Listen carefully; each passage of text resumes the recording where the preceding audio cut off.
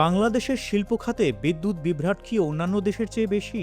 এমন প্রশ্ন সামনে আসার কারণ বাংলাদেশে ব্যবসা করার ক্ষেত্রে যেসব প্রতিবন্ধকতার কথা সবচেয়ে বেশি আলোচনায় আসে তার মধ্যে অন্যতম হল অনির্ভরযোগ্য বিদ্যুৎ সরবরাহ। সংশ্লিষ্টরা বলছেন নিরবচ্ছিন্ন বিদ্যুৎ সরবরাহের অভাবে শিল্প খাতে উৎপাদন বারবার ব্যাহত হয়। এতে বড় ধরনের ক্ষতির সম্মুখীন হয় শিল্প প্রতিষ্ঠানগুলো। সাম্প্রতিক বছরগুলোতে জ্বালানি খাতে ক্রমবর্ধমান সংকটের কারণে এ ক্ষতির পরিমাণ আরও বেড়েছে।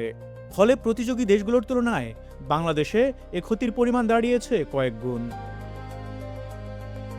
বিশ্বব্যাংকের সম্প্রতি প্রকাশিত বাংলাদেশ ডেভেলপমেন্ট আপডেট শীর্ষক প্রতিবেদনে এমন তথ্য উঠে এসেছে।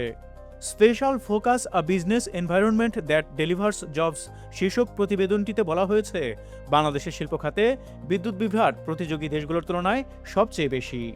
যদিও এর মূল কারণ জ্বালানির ব্যাপক আমদানি নির্ভরতা ও উচ্চ উৎপাদন ব্যয়, তবে এশিয়ার অন্যান্য দেশের প্রতিষ্ঠানগুলোর তুলনায় বাংলাদেশের শিল্প প্রতিষ্ঠানে বিদ্যুৎ সংযোগ পেতেও দীর্ঘ বিলম্বের সম্মুখীন হতে হয়। প্রতিবেদনে বাংলাদেশের রপ্তানি প্রতিযোগী বিভিন্ন দেশের বিদ্যুৎ বিভ্রাটের চিত্র ও এর ফলে সৃষ্ট ক্ষতির তুলনা দেখানো হয়েছে। এতে দেখা যায় 7টি দেশের মধ্যে বাংলাদেশ সবচেয়ে বেশি বিদ্যুৎ বিভ্রাটের সম্মুখীন হচ্ছে। 71% প্রতিষ্ঠানই এ সমস্যার মুখোমুখি। এক্ষেত্রে যৌথভাবে দ্বিতীয় অবস্থানে রয়েছে কম্বোডিয়া ও ভিয়েতনাম। সবচেয়ে কম বিদ্যুৎ বিভ্রাট হয় ইন্দোনেশিয়ায়, যা 10% মতো। বাংলাদেশে মাসে বিদ্যুৎ বিভ্রাটের সংখ্যা গড়ে 26টি, যেখানে পরের অবস্থানে থাকা ভারতের শিল্প প্রতিষ্ঠানে বিদ্যুৎ বিভ্রাটের সংখ্যা 5টিরও কম। বাকি দেশগুলোতে তা আরও কম। অন্যদিকে বিদ্যুৎ বিভ্রাটের কারণে গড় ক্ষতির পরিমাণ বাংলাদেশের সবচেয়ে বেশি।